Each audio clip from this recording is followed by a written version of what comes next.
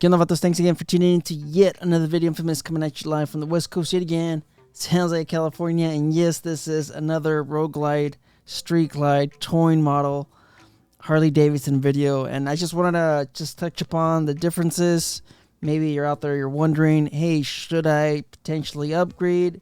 Is this a worthwhile upgrade? Is this worth moving from a Mount Rushmore touring model to a new era? I guess that's what Harley's probably calling it, a new era touring model. Now you guys of course can share your own comments down below.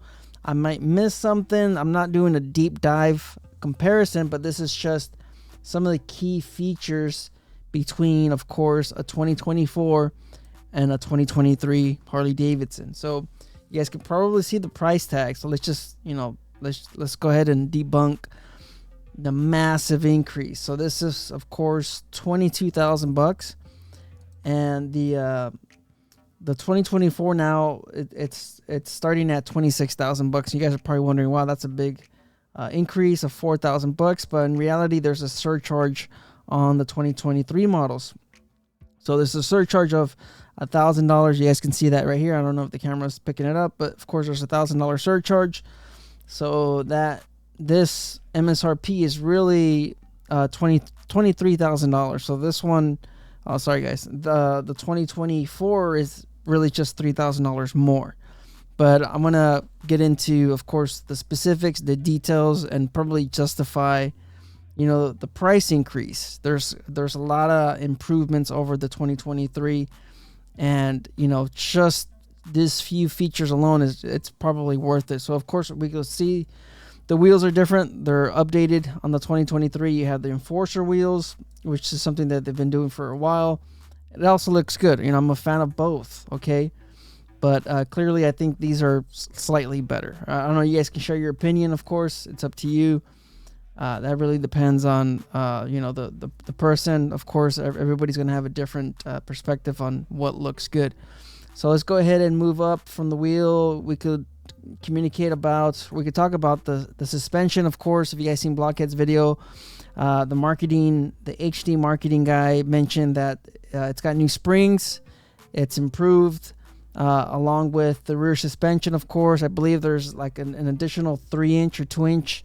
There's an additional 3 inches of travel in the rear suspension, but they've went ahead and retweaked and modified that rear fender, so you still have the same seat height, but you're getting more travel in the rear suspension, which is also another improvement. All right, so the suspension is improved in the 2024 compared to the 2023, and having that additional that additional suspension travel will improve the overall ride, not only for you but for your passenger, because this is a 2-up seat just like the 2023. Okay, so there's another one.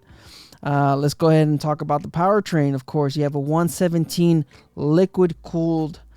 Well, it's not technically liquid cooled. It's head liquid cooled. All right, but it's an improvement mainly because, of course, the engine is going to run cooler.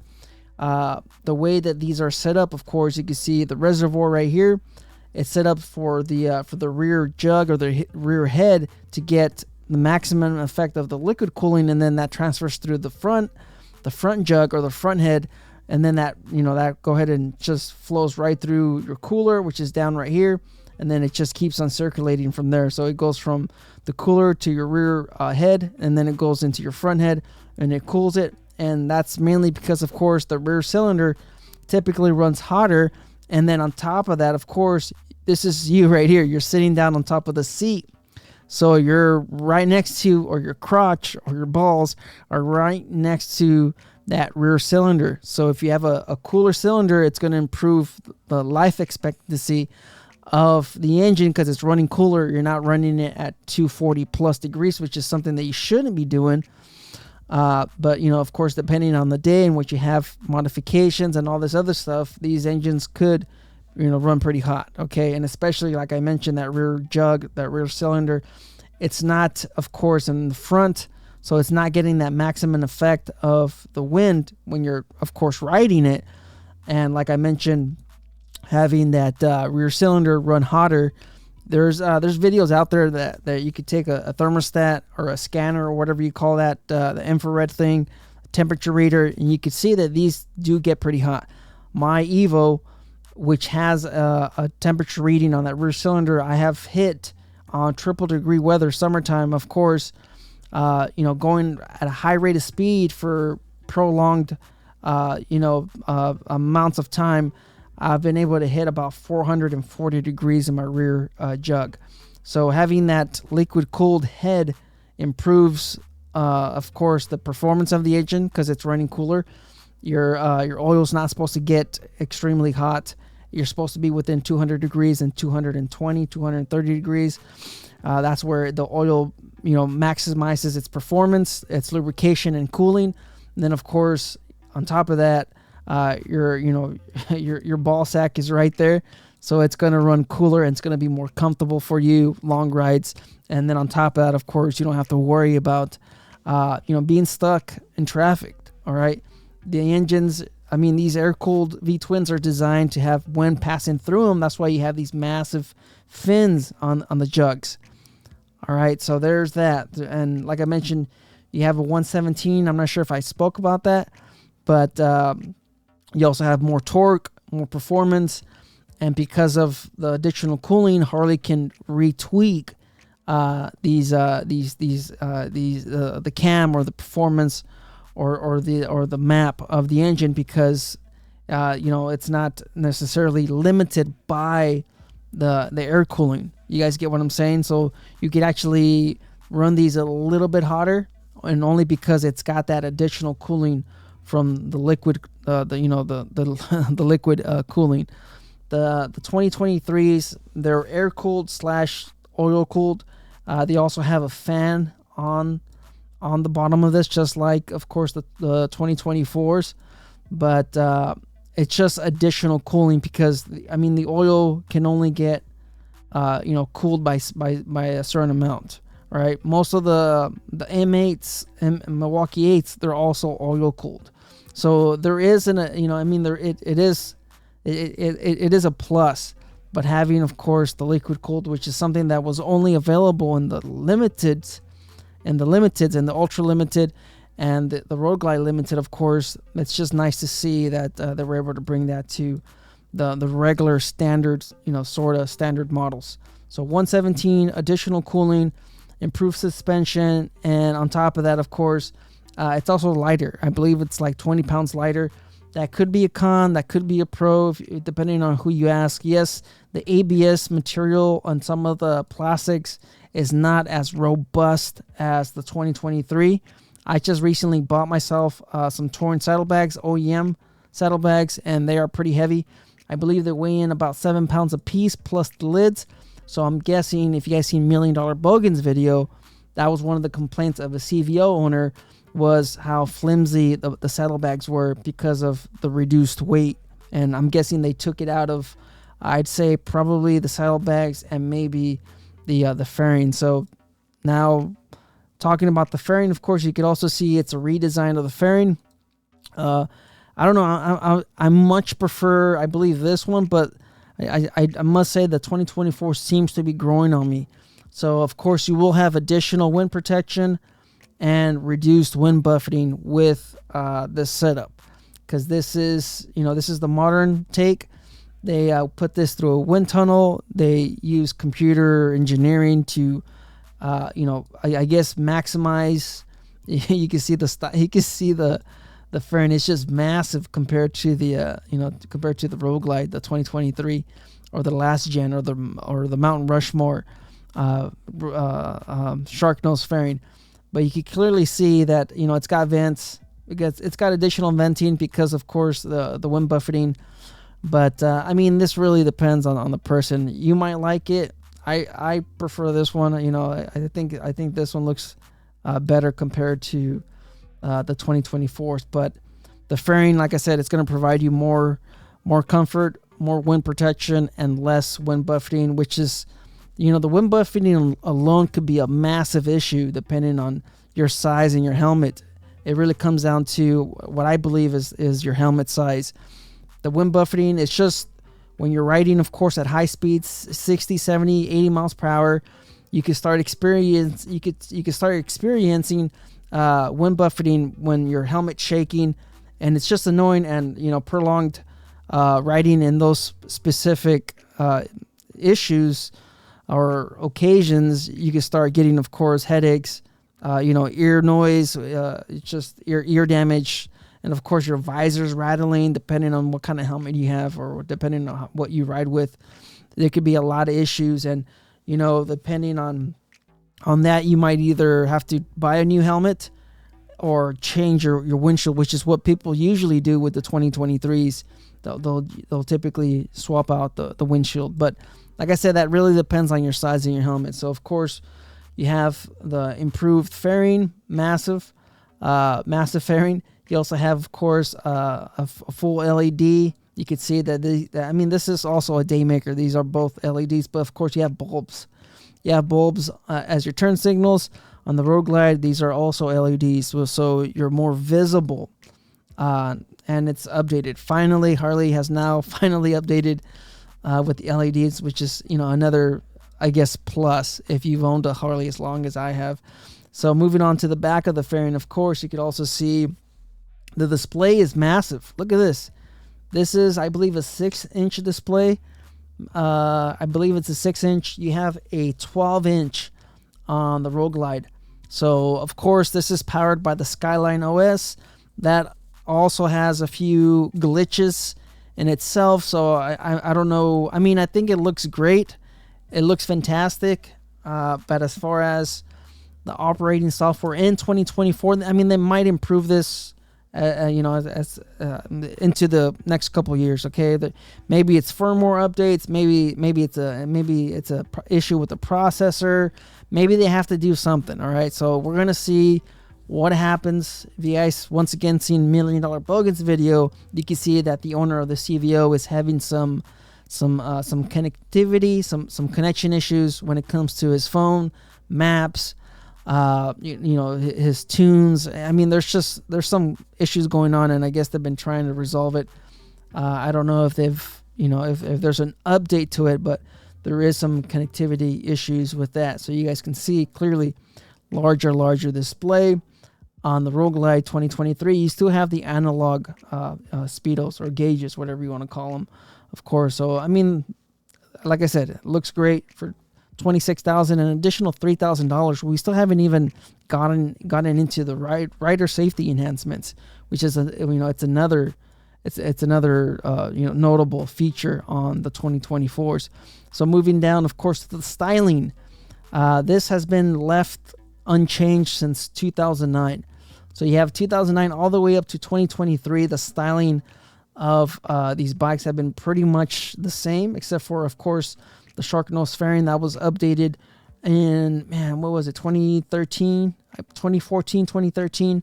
That's when they updated it. But as far as the frame, I think the frame is still the same throughout the 2024s. I'm almost certain the frame is still the same from 2009. But you can clearly see, of course, with the fairing, the styling has changed. You can see this is a little bit more rounder, a little bit more classic. When you look at, of course, the 2024, it's got a new flow of design on the fuel tank. You could also see, of course, the saddlebags. They're chopped. It's just a little bit more modern take to the Toy model, it's a welcome change overall. I like what Harley did. It really depends. There's folks out there that hate the chopped saddlebags look. There's people that are going to miss the extended saddlebags look because Harley's not making standards or specials or STs anymore, sport toys anymore.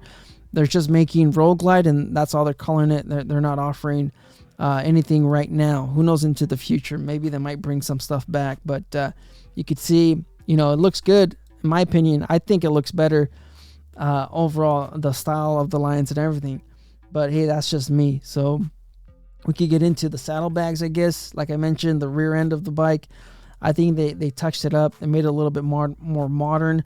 You also have LEDs on the back of the bike, unlike the 2023s, which is they're also bulbs. It's just something that Harley, it took Harley a long time to finally adapt LEDs.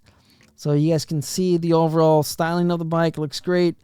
And let's get into, of course, the rider assist. Like I mentioned, you have the RDRS with the 2023. On the 2024, you have the RDRS, which is Harley's. Everything that you could imagine: ABS, traction control, and then there's also cornering ABS, and then cornering traction control. Also, it's the whole system. You also have an assist as well. There's just so much right here that you could see. You could just go into their product info on rider assist enhancements. You have electronic linked braking. Like I said, drag slip control, which is also impressive. Vehicle hold. That's something that, if you're having issues with your clutch, or keeping it on a hill or whatnot, you also have that. You have the tire pressure monitoring system as well, so you can see your air pressure in your wheels.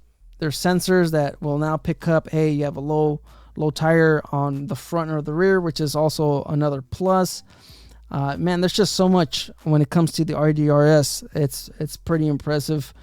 And then, of course, when we go into the 2023, you don't really have any of that, and it's all optional. You can check that out. And like I said, okay, I believe the 2022s did not have this, and it looks like the 2023s, they have this as the optional, but you can see how much that's going to cost you. RDRS, when it first came out, it was a $2,000 option. Of course, in 2023, the price went down, so it's $1,100.